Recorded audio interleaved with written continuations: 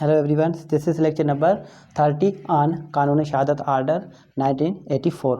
इसके अंदर हमने आर्टिकल 21 तक डिस्कस कर लिया था। आज हम आर्टिकल 22 से स्टार्ट करेंगे। आर्टिकल 22 बात करता है फैक्ट्स नेसेसरी टू एक्सप्लेन और इंट्रोड्यूस रेलिवेंट फैक्ट्स, मतलब कि ऐसी हकीकतें जो कि ज़रूरी हो हमारे पास उसकी वजाहत करने के लिए या फिर उस फैक्ट्स को इंट्रोड्यूस करवाने के लिए। ऐसे हकीकतें जो कि ज़रूरी हो जाए उसको बयान करना और उनका तारुफ करवाना, ठीक है, जो कि रेलिवेंट फैक्ट हैं। और वो रेलिवेंट फैक्ट जो है हमारे पास फैक्ट इन इशू बन जाएंगे। वैसे मैंने बेसिकली ये जो लेक्चर है हमारे पास 22 आर्टिकल जो 22 है ये बेसिकली डील करता है टीआईपी पर। ये हमारे पास टीआईपी क्या होती है? TIP test identification parade. अब टेस्ट आइडेंटिफिकेशन परेड क्या होती है? टेस्ट आइडेंटिफिकेशन परेड जो है ये हमारे पास एक रूल ऑफ प्रूडेंस है, रूल ऑफ एविडेंस नहीं, रूल ऑफ प्रूडेंस है, जिसमें अगर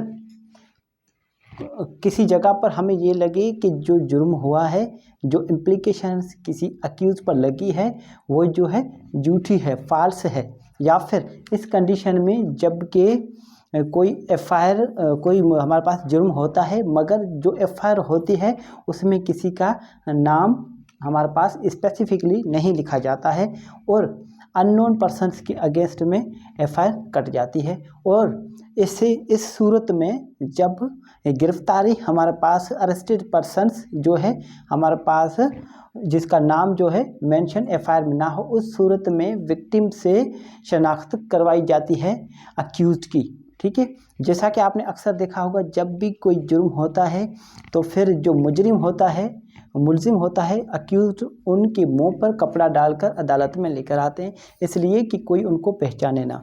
अब टीआईपी क्या है? रूल ऑफ प्रूडेंस है और इसका पहला रूल ये है कि ये जितना हो सके जल्दी इसकी अर्लीस्ट पॉसिबल टाइम के अंदर टीआईपी कंडक्ट की जाए। फॉर एग्जांपल कहीं पर कोई ऑफेंस हुआ जैसा कि रेप हुआ, ठीक है, अगर कहीं पर रेप हुआ है उसके अक्यूज्ड हमारे पास शकी हालत में गिरफ्तार किए, फॉर एग्जांपल ABCD। अब इनके नाम एफआईआर में नहीं है मगर फिर कोर्ट क्या करेगी? उसको हमारे पास टीआईपी कंडक्ट करेगी कि ये जो हमारे पास रेप हुआ है, किसका रेप हुआ है? वाई का रेप हुआ है, वाई एक लड़की है, तो फिर वाई को बिठाया जाएगा कहीं पर और उसको दिखाया जाएगा, ए दिखाया जाएगा, BCD सब दिखाए जाएंगे। इस तरह वो होती है परेड कि क्या आप पहचानते हैं, क्या यही है वो शख्स जिसने आपका रेप किया, ठीक है। बाद में बी को दिखाया जाएगा कि क्या वो ये वही शख्स है जिसने आपका रेप किया। ये होती है हमारे पास टीआईपी टेस्ट आइडेंटिफिकेशन परेड। क्या ये एविडेंस जो है हमारे पास टीआईपी, ये एविडेंस जो है सब्सटेंशियल पीस ऑफ एविडेंस होती है? नहीं, टीआईपी जो हमारे पास की जाती है वो हमारे पास सब्सटेंशियल पीस ऑफ एविडेंस नहीं होती। आ रही बात समझ में? इन पर एक दो अथॉरिटीज़ है, मैं आपको बता देता हूँ कि टीआईपी नेसेसरी क्यों है। When name of accused not known, जब अक्यूज्ड के नाम जो है वो हमारे पास मेंशन ना हो एफआईआर में। Necessary where names of accused not mention in FIR. एक इन पर अथॉरिटी है, वो अथॉरिटी आपने देखनी है। अथॉरिटी हमारे पास 2009 SCMR पेज नंबर 1410, ठीक है। और ये चेक किया जाता है कि जो इम्प्लीकेशन है वो इम्प्लीकेशन जो है वो झूठी है या सच्ची है, इसलिए भी हमारे पास टीआईपी कंडक्ट की जाती है। इन पर भी एक अथॉरिटी है 2008 PCRLJ पेज नंबर जो है वो है 381। ये अथॉरिटी दोनों आप नोट कर लेना। आइए अब चलते हैं हम इनके हमारे पास बेयर रीडिंग पर। मैं आपको यही तो बता दिया मैंने आपको टीआईपी के बारे में। ये हमारी बेयर रीडिंग चल रही है, इसके लिए आपकी थोड़ा सा जहन में होना चाहिए कि यार टीआईपी होती क्या है। टीआईपी बेसिकली अक्यूज्ड को पहचानने के लिए जब वो विक्टिम को, ठीक है, पेश किया जाता है, एक दूसरों को आमने सामने किया जाता है, क्या आप इनको जानते हैं या नहीं, क्या आप इस जवाबदार को जानते हैं या नहीं, ये होती है टीआईपी। तो आइए देख लेते हैं अब इसकी reading. Facts necessary to explain और इंट्रोड्यूस रेलिवेंट फैक्ट्स। इसको मैंने 5 हिस्सों में डिवाइड किया है इस आर्टिकल को। 5 टाइप्स कह लें या एनोलॉजीज कह दें, ठीक है। 5 टाइप्स के जो ऐसे फैक्ट्स हैं या फिर 5 एनोलॉजीज की जो ऐसी हकीकतें हैं वो जो रेलिवेंट, जो कि रेलिवेंट बन जाती है, जैसा कि नेसेसरी टू एक्सप्लेन और इंट्रोड्यूस, ठीक है, जो ज़रूरी हो, ठीक है, या फिर उनको बयान करना या फिर उनका मुतारिफ करना, कोई भी फैक्ट इन इशू या फिर रेलिवेंट फैक्ट के बारे में। सपोर्ट और रिबट एंड इन्फरेंस सजेस्टेड, कोई ऐसा हमारे पास इन्फ्रेंस हो जो कि सजेस्ट किया गया हो, जिनको सपोर्ट करता हो या फिर उसको रिबट करता हो, मीन्स डिनाई करता हो। सपोर्ट मीन्स असर्ट करता है, रिबट मीन्स डिनाई करता है। आ रही बात समझ में? किसके बारे में? हमारे पास फैक्ट इन इशू या फिर रेलिवेंट फैक्ट के बारे में। Establish the identity of a person or thing, किसी भी चीज़ की आइडेंटिटी। फॉर एग्जांपल कैसे? अगर पर्सन की आइडेंटिटी आप देख लेते हैं, किसी शख्स की शनाख्त हो जाती है तो फिर कहते हैं आइडेंटिटी ऑफ अ पर्सन, ठीक है। अगर किसी चीज़ की आइडेंटिटी की बात करें तो जैसा कि हमारे पास क्या होता है, जैसा कि स्टोलन प्रॉपर्टी है, चोरी की कोई प्रॉपर्टी है, या फिर कोई गाड़ी हमारे पास चोरी हो गई है, या फिर कोई क्राइम हुआ है, उसके क्राइम वेपन्स हैं, उनको हमारे पास उसकी आइडेंटिटी हो जाती है कि ये वही हमारे पास क्राइम वेपन है जिससे कोई क्राइम कमिट हुआ है। आ रही बात समझ में? फिक्स द टाइम और प्लेस, टाइम हमारे पास वक्त और जगह का तयन करना, मुख्य हमारे पास फिक्स करना, अरे मुकर्रर करना कि आया ये जुर्म किस वक्त और कहाँ पर हुआ है, ठीक है। यहाँ तक बात clear. Show the relation of parties, और जो पार्टीज होती है जिनके बीच में हमारे पास जिनके दरमियान डिस्प्यूट होता है, उनके दरमियान उनका रिलेशनशिप क्या है। आदि बस समझिए, यहाँ तक बात क्लियर है। ये पढ़ने की ज़रूरत नहीं है, इनको मैंने पढ़कर आपको बता दिया है, ठीक है। ये हमने डिवाइड किया है, ये बेयर रीडिंग का ही पार्ट है। यहाँ तक बात क्लियर है। आइए अब चले जाते हैं हम हमारे पास इलस्ट्रेशन पर। ये बात क्लियर है आपका? ये आप हमारे पास आर्टिकल 22 जो है बेस करता है टीआईपी पर। ये हमारे पास टीआईपी जो है एक रूल ऑफ प्रूडेंस है। आ रही बात समझ में?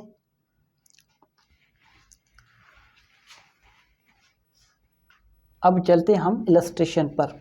आर्टिकल 22 के जो भी इलस्ट्रेशन है उनको अच्छी तरह से हम पढ़ेंगे तो आपको समझ में आ जाएगा कि हमारे पास आर्टिकल 22 किसके बारे में डील करता है। वैसे बेसिकली मैं आपको टीआईपी के बारे में एक अलग से लेक्चर्स रिकॉर्ड करके आपके लिए रखूँगा, जिसमें आपको क्लियर हो जाएगा कि टीआईपी क्या होती है। इलस्ट्रेशन ए पर चलते हैं। इलस्ट्रेशन ए किसके बारे में डील करता है? यहाँ पर है the question is whether a given document is the will of A. अब सवाल ये है कि कोई डॉक्यूमेंट है जो है, क्या वो डॉक्यूमेंट ए की विल है, ठीक है। अब फैक्ट्स क्या है, हकीकत क्या है? हमारे पास the state of A's property and of his family at the time of the alleged will में बी रेलिवेंट फैक्ट्स। अब उस वक्त सवाल ये था कि कोई ऐसा डॉक्यूमेंट है, क्या ये वाकई ए की विल है, क्या ए ने वसीयत की थी। अब हमारे पास रेलिवेंट फैक्ट्स जो है, हकीकत वो ये है कि जिस वक्त जिस तारीख पर विल दिखाई गई है वो डॉक्यूमेंट्स, उन तारीख पर ए की प्रॉपर्टीज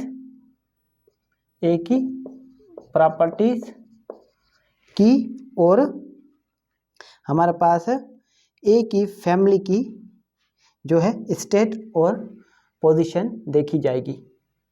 आ रही बात समझ में? ए की प्रॉपर्टी और ए की फैमिली की सिचुएशन कि जिस दिन ये विल दिखाई गई है, अलेज्ड विल जो वसीयत दिखाई गई है, उस तारीख पर ए की प्रॉपर्टी की क्या पोजीशन थी, क्या हालत थी, और ए के ख़ानदान की क्या हालत थी।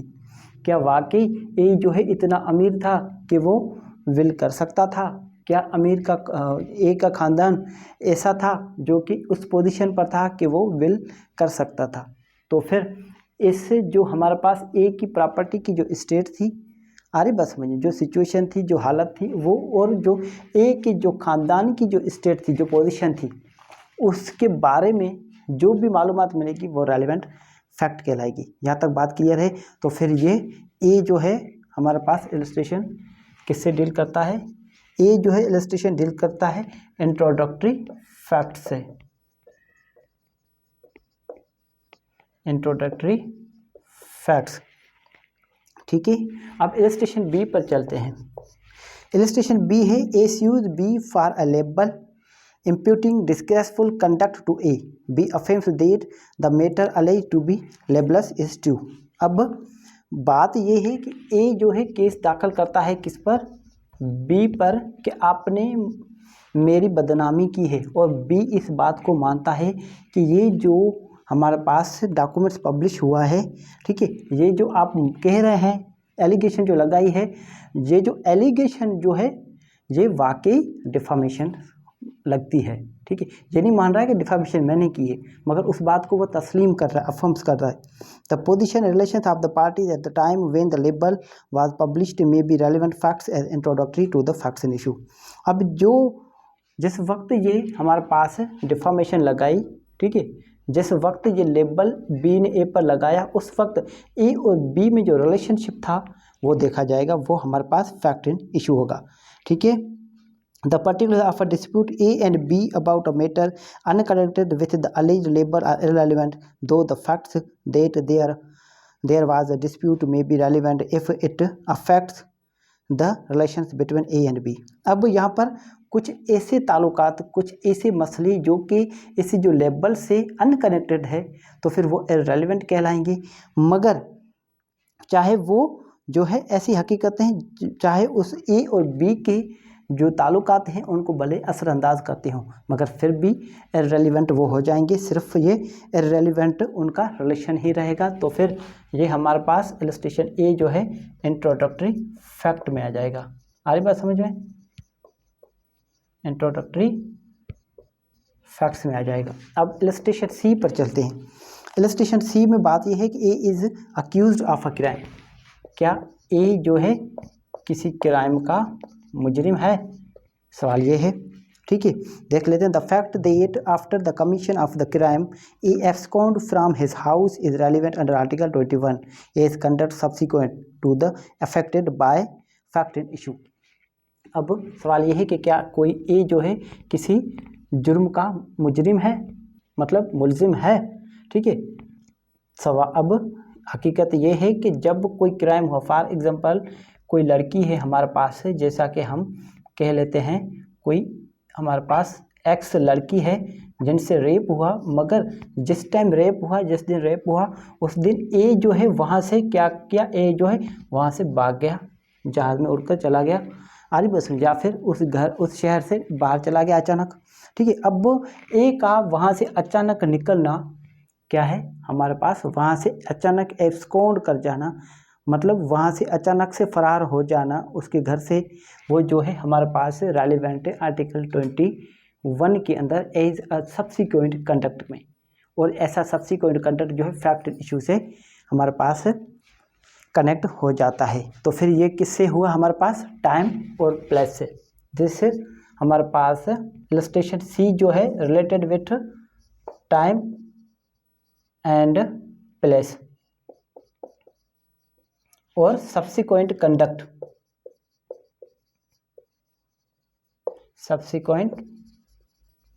कंडक्ट, यहाँ तक बात क्लियर है।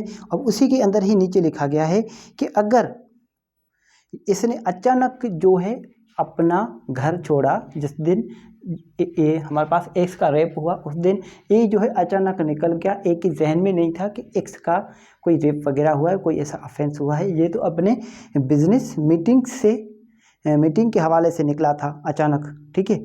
तो फिर ये जो है इररेलेवेंट कहलाएगा। मगर ये अचानक उसी दिन निकला, अगर उसकी वजाहत ए से मांगी जाए तो फिर ये ज़रूरी हो जाएगी एक्सप्लेन और इंट्रोड्यूस के लिए, ठीक है। यहाँ तक बात क्लियर है।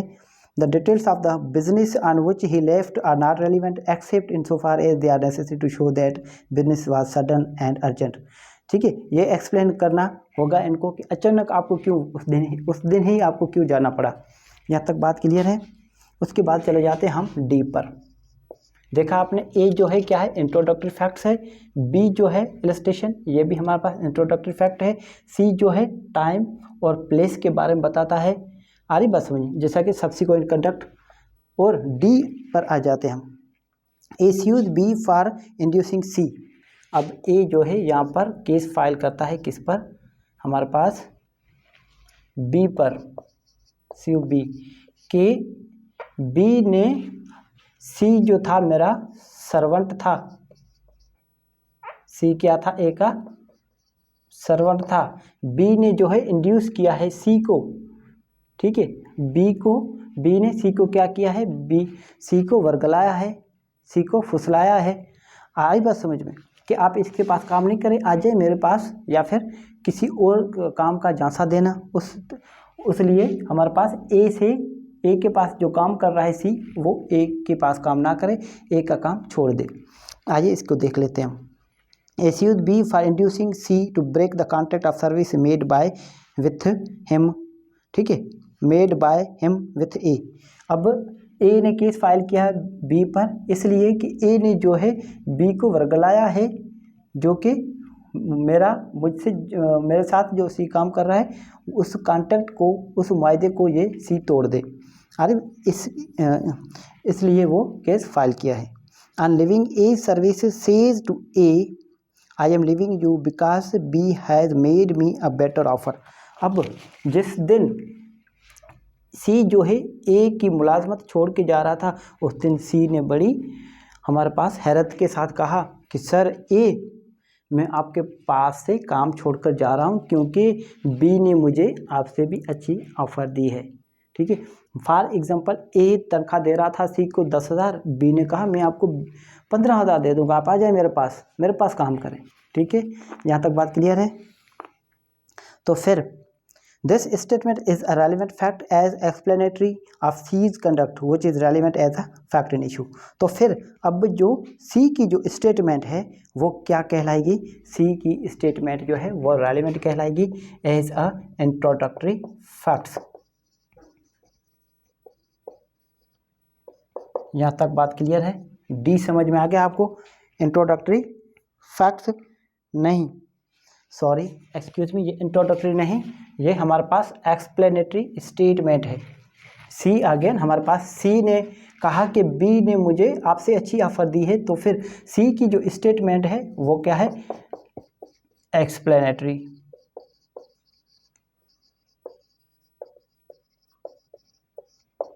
सही चल रहा है लेक्चर, ठीक है। ये डी हो गया। अब चलते हम ई पर। ई में क्या है, इलस्ट्रेशन नंबर ई में ये है कि ए इज अक्यूज ऑफ थेफ्ट। ए क्या है हमारे पास, अक्यूज है किस चीज़ का, थेफ्ट का। अब हकीकत क्या है, ए पर ये इल्ज़ाम क्यों लगा कि ए ने चोरी की है, ठीक है। Is seen to give the stolen property to B who is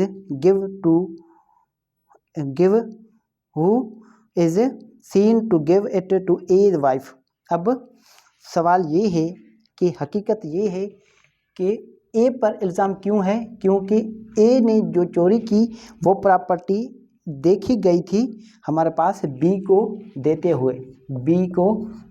हुए, किसको, हमारे पास स्टोलन प्रॉपर्टी किसको देते हुए, ए की वाइफ को, एज वाइफ। और बी कह रहा था कि आप इसको छुपा के रखना, ठीक है। क्या कह रहा था, A says you are, B says as he delivers it. B ने कहा, जैसा ही बी ने ए की घरवाली को ये हमारे पास चोरी की प्रॉपर्टी दी, तो बी ने कहा कि A says you are hide this, कि ए ने कहा है ये आप छुपा के रखना, मतलब ए ने चोरी करके बी को दिया, ठीक है। और बी जो है ए की घरवाली को दे रहा था कि ए ने आपको कहा है इसको छुपा के रखना, ठीक है। आगे बात समझ में, ये किसी और पर्सन ने सुना। बी स्टेटमेंट इज रेलिवेंट, और बी ने जो स्टेटमेंट की हमारे पास किसके साथ, ए की घरवाली के साथ, वो जो है रेलिवेंट आ जाएगी, ठीक है। और ये साबित हो जाएगा कि ए ने ही चोरी की है। यहाँ तक बात क्लियर है। तो फिर ये हमारे पास क्या हो जाएगा, ये भी एक्सप्लेनेटरी स्टेटमेंट है। ये बी की जो स्टेटमेंट है वो भी रेलिवेंट कहलाएगी एज अ एक्सप्लेनेटरी स्टेटमेंट। ठीक है, यहाँ तक बात क्लियर है।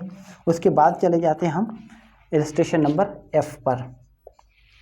इलस्ट्रेशन एफ जो है, A is tried for a riot and is proved to have marked at the head of a mob. अब ए पर कोई मुकदमा चल रहा है, कोई ट्रायल चल रहा है, ठीक है, कि आपने जो है क्या किया है, रियोट कमिट किया है, मतलब दंगा फसाद क्रिएट किया है आपने। आप पर इल्ज़ाम है कि आपने शहर में या फिर किसी गांव में आपने रियोट कमिट किया है। रियोट का क्या मतलब होता है, मीन्स अनलॉफुल असेंबलीज होती है, ठीक है, और उन सब का क्या होता है, कॉमन इंटेंशन होता है। कॉमन इंटेंशन से वो मिलकर कोई जुर्म करते हैं, ठीक है। अब सवाल ये है कि ए जो है, जो रियोट था, ठीक है, जो रियोट उन्होंने बनाया था, उस मोब का, मोब मीन्स जो ग्रुप थे, जो पर्सन्स का ग्रुप था, उस ग्रुप का वो ये जो ए जो है इंचार्ज था। ए आगे आगे चल रहा था, ए हिदायत दे रहा था। फॉर एग्जांपल कहीं पर कोई दंगा फसाद होता है, उसमें 50 लोग होते हैं, उसमें एक कोई सरबराह होता है, एक हिदायत देता है कि आप इस बिल्डिंग को तबाह कर दें, इस घर को जला दें।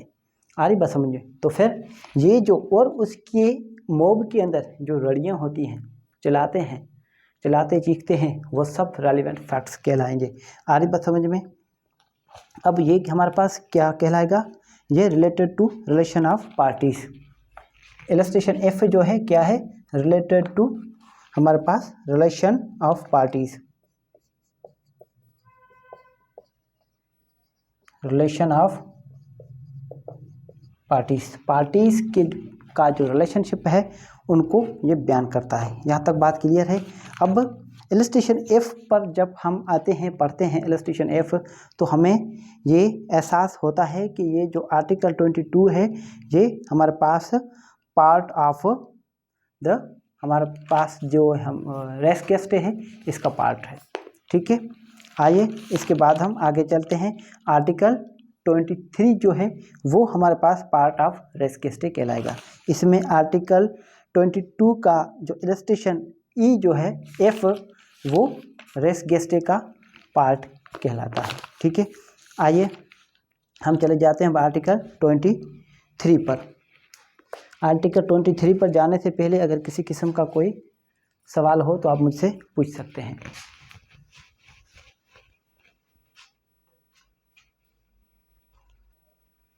अब article 23, article 23 basically part of the res gestae. Res gestae means article हमारे पास 19 के अंदर, 19 के अंदर हमने पढ़ा था रेस गेस्टे कि सेम ट्रांजैक्शन में अगर कोई ऑफेंस होता है तो फिर उसको हम कहते हैं race गेस्टे।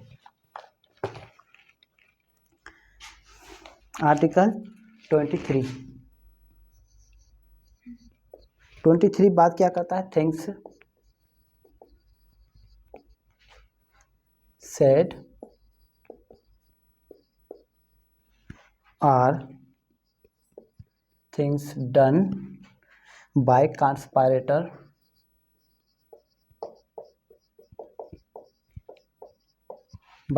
conspirator in reference to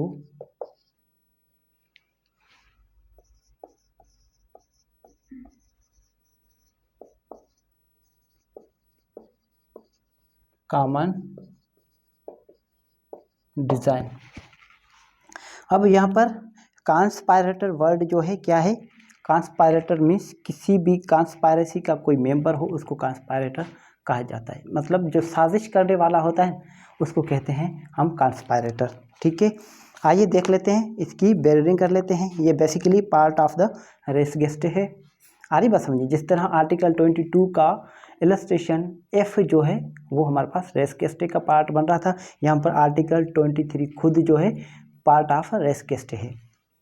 Where there is reasonable ground to believe that 2 or more persons have conspired together to commit an offense, जहाँ पर कभी हमारे पास काबिल एतमाद जवाब मौजूद हो कि 2 या 2 से ज़्यादा शख्स मिलकर इकट्ठे होकर कोई साजिश करके, ठीक है, कोई हमारे पास जुर्म करना हमारे पास करने का सोचे, ठीक है। Where there is reasonable ground, जब कोई काबिल एतमाद हमारे पास जवाब मौजूद हो, सबब मौजूद हो, टू बिलीव दैट, एतमाद करने के लिए, दैट टू और मोर, कि दो या दो से ज़्यादा पर्सन्स शख्स हैव कंस्पायर्ड टुगेदर, वो उन्होंने मिलकर ही कोई साजिश की है, टू कमिट एन ऑफेंस, कोई जुर्म जो है उनको करने के लिए, आर एन एक्शनेबल रॉन्ग। अब एक्शनेबल रॉन्ग्स क्या होता है? एक्शनेबल रॉन्ग, एक्शनेबल वर्ड उसका मतलब है affording grounds for legal action, मतलब कोई आप ऐसा काम करें, कोई ऐसी हरकत करें जिसके खिलाफ वो जो है लीगल एक्शन ले सके, मतलब कोई ऐसा हमारे पास एक्शनेबल रॉन्ग करें, आप कोई ऐसा गलत काम करें, ठीक है, मतलब दो या दो से ज़्यादा लोग मिलकर कोई साजिश करें कोई जुर्म करने की, या फिर कोई ऐसा गलत काम करने का सोचे। एनीथिंग सेड और done or written by any one of such persons in reference to their common intention, मतलब इनमें से किसी भी शख्स ने कोई काम किया या फिर किसी ने कुछ कहा, ठीक है, इन सब का जो है कॉमन डिज़ाइन है, कॉमन इंटेंशन है, सबका एक ही मकसद है, कोई जुर्म करना। फॉर एग्जांपल सब हमारे पास ए बी सी और डी चार लोग हैं, चार लोग मिलकर बैंक डकैती करते हैं। क्या करते हैं? बैंक डकैती करते हैं। ए कहता है बी को आप जाओ और सी को लेकर जाओ, ठीक है, सी को गेट पर खड़ा करना, बी और डी जो है आप अंदर जाना और लूट मार करके आ जाना। अब ए ने कहा है, ठीक है, बी और सी डी तीनों मिलकर गए हैं, अब तीनों सब के सब क्या हैं? ये कॉन्स्पायरेसी में आ जाएंगे, ठीक है। After the time when such intention was first entertained by any one of them is a relevant fact as against each of persons believe to be so conspiring. अब इनमें से किसी भी शख्स ने, उसके बाद किसी भी शख्स ने कोई एक चीज़ की, कोई एक काम किया या फिर कुछ कहा, उसके लिए सब की सब जिम्मेवार हैं। आ रही बात समझ में? As well for the purpose of proving the existence of the conspiracy, for the purpose of showing that any such person was a party to it। आरी बात समझिए, यहाँ तक बात क्लियर है। As for the purpose of proving the existence of the conspiracy, जो conspiracy है उनको साबित करने के लिए क्या है? उनको साबित करने के मकसद के लिए कि वो कॉन्स्पायरेसी में उनकी मौजूदगी थी या नहीं थी। As for the purpose of showing that any such person was a party to it, ये हमारे पास साबित करने के लिए काफ़ी है कि वो जो है उस जो है कॉन्स्पायरेसी का हिस्सा था, ठीक है। यहाँ तक बात क्लियर है। इसकी इलस्ट्रेशन देख लें हम। इसकी इलस्ट्रेशन है हमारे पास, जिसमें हमारे पास the reasonable ground exist for believing that A has joined in a conspiracy to wage war against Pakistan. अब हमारे पास इलस्ट्रेशन में ये कहा गया है कि वेजिंग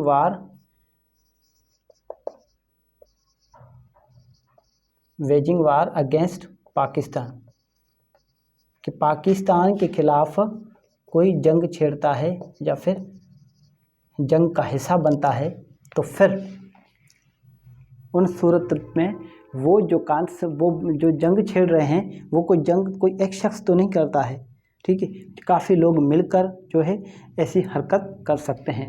तो फिर ये इस सिचुएशन में ये हमारे पास कॉन्स्पायरेसी कहलाएगी। अब reasonable grounds exist for believing that A has joined in a conspiracy to wage war against Pakistan. अब कोई पाकिस्तान के अगेंस्ट में कोई जंग हमारे पास कोई छेड़ता है, तो फिर अब यहाँ पर सवाल ये है कि ए क्या उसका हिस्सा था? क्या ए ने जो है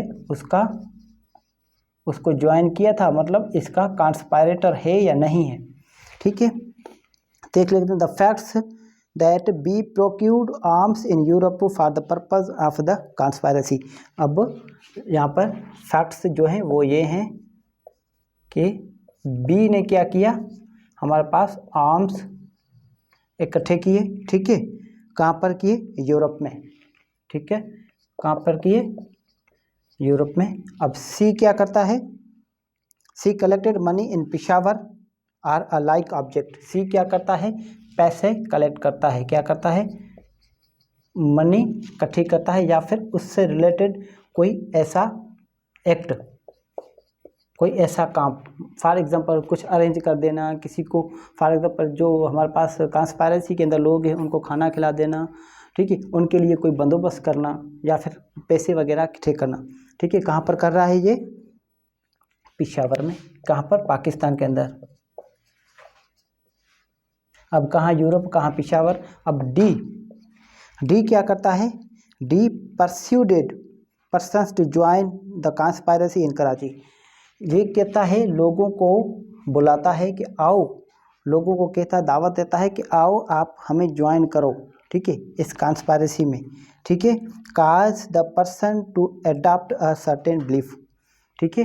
क्या कर रहा है? ये लोगों को बुला रहा है, परस्यू कर रहा है, ठीक है। कहाँ पर? कराची में। अब बी हो गया, सी हो गया, डी का हो गया, ठीक है। कॉन्स्पायरेसी एक ही है कि पाकिस्तान के खिलाफ हम जंग करें, ठीक है। अब तो बी क्या कर रहा है? बी यूरोप में हथियार इकट्ठे कर रहा है। सी जो है पेशावर में पैसे जमा कर रहा है। डी जो है कराची में लोगों को वर्गला रहा है, लोगों को कह रहा है कि आप आओ हमारे साथ मिलो, ठीक है। अब चलते हैं ई की तरफ।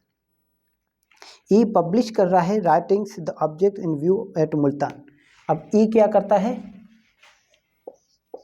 ई करता है, पब्लिश करता है ऐसी हकीकत को। कहाँ पर? मुल्तान में, ठीक है। और एफ क्या करता है? देखते हैं। एफ जो है हमारे पास ट्रांसमिट करता है from Lahore to G at Kabul the money when C collected at Peshawar. जो सी ने पैसे पेशावर में जो इकट्ठे किए ना, वो एफ जो है किसको ट्रांसमिट कर रहा है? हमारे पास जी को भेज रहा है। सी जो है पैसे किसको भेज रहा है? जी को भेज रहा है। कहाँ पर? कबूल में, अफगानिस्तान का शहर है कबूल, वहाँ पर जी को पैसे भेज रहा है, ठीक है, जो सी ने इकट्ठे किए थे। आ रही बात समझ में? At Peshawar of a letter written by H, ठीक है। और जो लेटर एच ने लिखे थे वो लेटर बी जो है, एफ जो है उसको जी को सेंड कर रहा है, ठीक है, पैसे। और जो सी ने पैसे कलेक्ट किए थे वो, और जो एच ने खत लिखे वो सब जी को कबूल में पहुंचा रहा है, अफगानिस्तान में। यहाँ तक बात क्लियर है? Both to prove existence of the conspiracy and to prove is complicity in it. अब एक की यहाँ पर एग्जिस्टेंसी को साबित करने के लिए ये हमारे पास ये ऐसी हकीकतें जो है वो रेलिवेंट फैक्ट हैं, ठीक है। Complicity means guilt as an accomplice in a crime और offence, although he may have seen been ignorant of all of them। अब हकीकत ये है कि ए जो है इसका हिस्सा रहा है, इसलिए अब इन सारे काम का जो बी ने किया, जो सी ने, डी ने, ई ने, एफ ने, जी ने जो भी काम किए, इस सारे काम का ए को पता हो या ना हो कोई फ़र्क नहीं पड़ता है, मगर ये इस कॉन्स्पायरेसी का हिस्सा है, ठीक है। उसके बाद चलते हैं हम। And although the person by whom they were done were strangers to him, ठीक है। अब हकीकत एक इसके अलावा ये भी है कि जो ये काम किए हैं वो इसके जान पहचान वाले हैं या कोई अजनबी लोग हैं, कोई फ़र्क नहीं पड़ता है, ये हिस्सा है कॉन्स्पायरेसी का, तो हिस्सा है। And although they may have been taken place before he joined the conspiracy. अब इन्होंने जो काम किए वो इसकी जो कॉन्स्पायरेसी इसने ज्वाइन की है जिस तारीख को, इससे पहले किए या फिर आफ्टर ही लेफ्ट इट, या फिर इसने जब कॉन्स्पायरेसी छोड़ दी उसके बाद इन्होंने बी, सी और डी ने ये जो काम किए वो इनसे पहले किए या फिर इनके छोड़ देने के बाद में किए, कोई फ़र्क नहीं पड़ता, मगर ये इतना काफ़ी है कि ये इस कॉन्स्पायरेसी का हिस्सा रहा था, ठीक है। ये क्या रहा था? ये हमारे पास पार्ट ऑफ कॉन्स्पायरेसी, ठीक है जी। यहाँ तक बात क्लियर है? अगर यहाँ तक किसी भी किस्म का कोई सवाल हो आप मुझसे पूछ सकते हैं। ये हमारे पास आर्टिकल 23 जो है ये part of the res gestae है। यहाँ पर किसी भी किस्म का कोई सवाल हो आप मुझसे बिना झिझक पूछ सकते हैं। इसके बाद हम आगे चलेंगे। यहाँ तक किसी भी किस्म का कोई सवाल हो आप मुझसे पूछें। ये बेसिकली ये हमारे पास आर्टिकल 23 जो है हमारे पास एविडेंस एक्ट के अंदर सेक्शन नंबर 10 है। एविडेंस एक्ट के अंदर सेक्शन नंबर 10 है जो इंडिया के अंदर अभी इन्फोर्स है। पाकिस्तान के अंदर कानून शहादत में आर्टिकल 23।